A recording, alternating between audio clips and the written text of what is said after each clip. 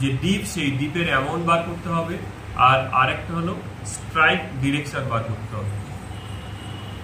এই স্লোপটির দাগ আমি যদি কল্পিত দাগ টেনে নিই, এই দাগ বরাবর যে কোনো স্থানে একই নতি হবে, এবং এই নতির সঙ্গে 90 ডিগ্রি কোণ করে যেটা হবে সেটি হলো আয়াম বা স্ট্রাইক। আমি প্রথমে কি করব, ক্লাইনোমিটারে ক্লাম্পটা আগে খুলে দেব, যাতে ক্লাইনোমিটারে সবগুলো অবাধে নড়াচড়া করতে পারে। তারপরে আমি যেদিকে বসে থাকবো ঠিক সেই দিকের ভিজুয়ালটা আমি রাখবো। যদি আমি এই দিকে বসে থাকি তাহলে এর ভিজুয়ালটা এই দিকে রাখবো, যদি আমি এই দিকে বসে থাকি তাহলে এই দিকে রাখবো। আমার সুবিধা অনুযায়ী এটা রাখতে হবে, মানে আমার সুবিধা, আমি যদি এদিকে বসি তাহলে এইদিকে এইভাবে রাখবো।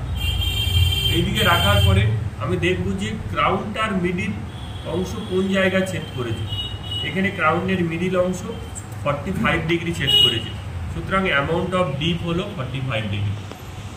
এবারে এইভাবে রাখার কারণে আমি ঠিক ওই অংশটিকে এইভাবে প্রথমে রাখবো, রাখার পরে সেটাকে আবার এইভাবে এর সঙ্গে সমান্তরাল করব।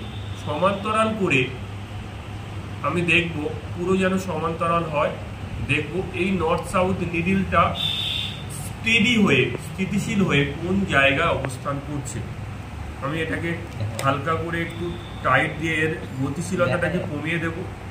গতিশীলতাকে কমিয়ে দিয়ে আবার এটাকে আলগা করে দেবো, যাতে ও স্টেডি অবস্থায় আছে। তাহলে মোটামুটি আমি দেখতে পাচ্ছি এই যে নিডলটা, এর অবস্থান কি ওয়েস্ট নর্থ ওয়েস্ট থেকে ইস্ট সাউথ ইস্ট, এটি হলো ডিপ ডিরেকশন। ওকে, তাহলে আমরা পেয়ে গেলাম অ্যামাউন্ট অফ ডিপ, তারপরে পেয়ে গেলাম ডিপ ডিরেকশন। এবারে এর ব্রিজ বরাবর, এইটাকে ব্রিজ বলা, ব্রিজ বরাবর আমরা